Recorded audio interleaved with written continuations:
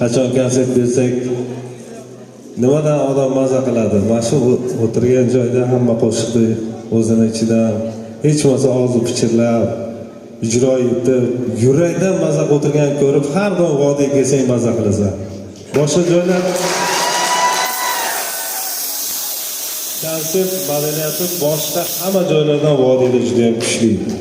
Chunki sizlar san'atkorga ruhiyat berasizlar va sizlarni ko'rib odam ta'sirlanadi.